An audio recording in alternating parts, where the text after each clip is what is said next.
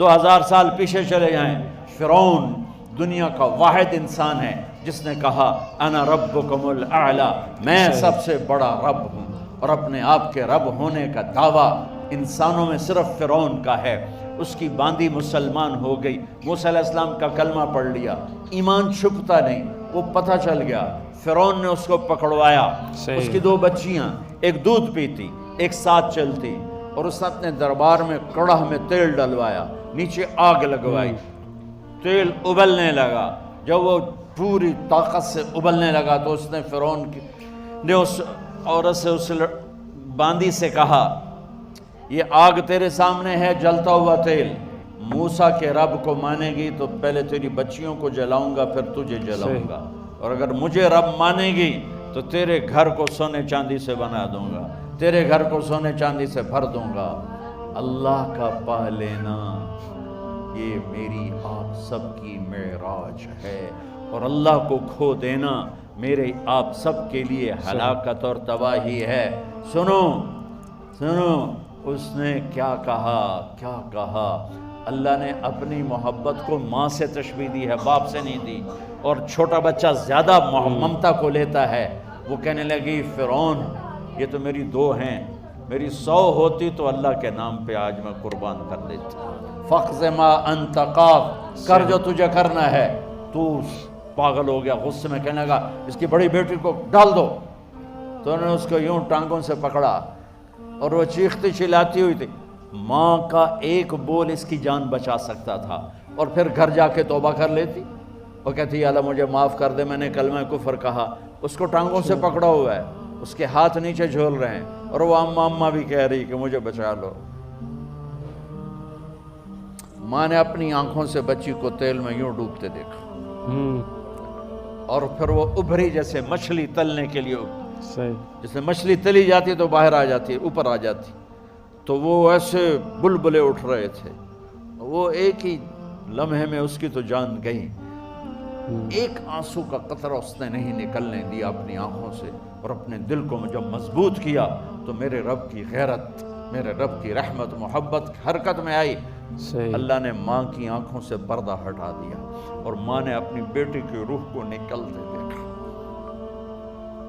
اور وہ کہہ رہی ہے اصبری یا فإن لک من الأجر کذا وکذا، ماں جی ڈرنا نہیں، صبر کرو، جنت تیار ہے، جنت تیار ہے، بشرو۔ معصوم بچی کو تو پتہ بھی نہیں تھا کہ کیا ہونے والا ہے، اس کو پکڑ کے یوں ڈالا، اس کی تو آہ بھی نہ نکلی، اور وہ مچھلی کی طرح تلی گئی۔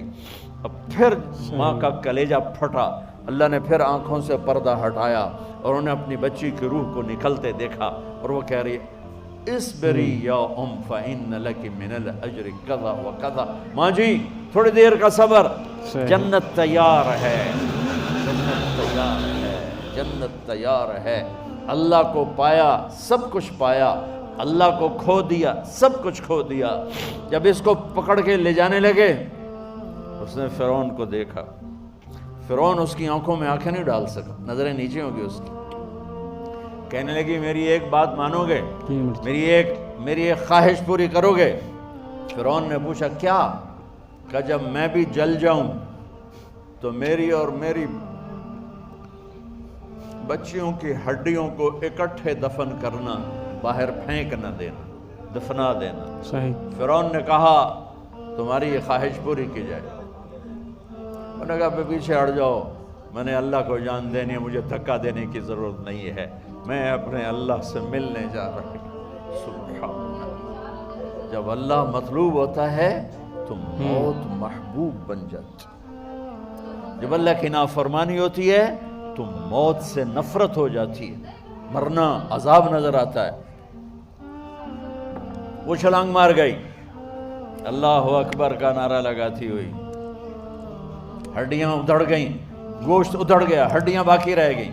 فرعون نے کہا ایک ہی جگہ ڈال دو، سب کو دفن کر دو، دفن۔ 2000 سال کے بعد بچوں بچیوں، 2000 سال کے بعد موسیٰ علیہ السلام کے 2000 سال کے بعد جناب رسول اللہ صلی اللہ علیہ وسلم دنیا میں تشریف لائے۔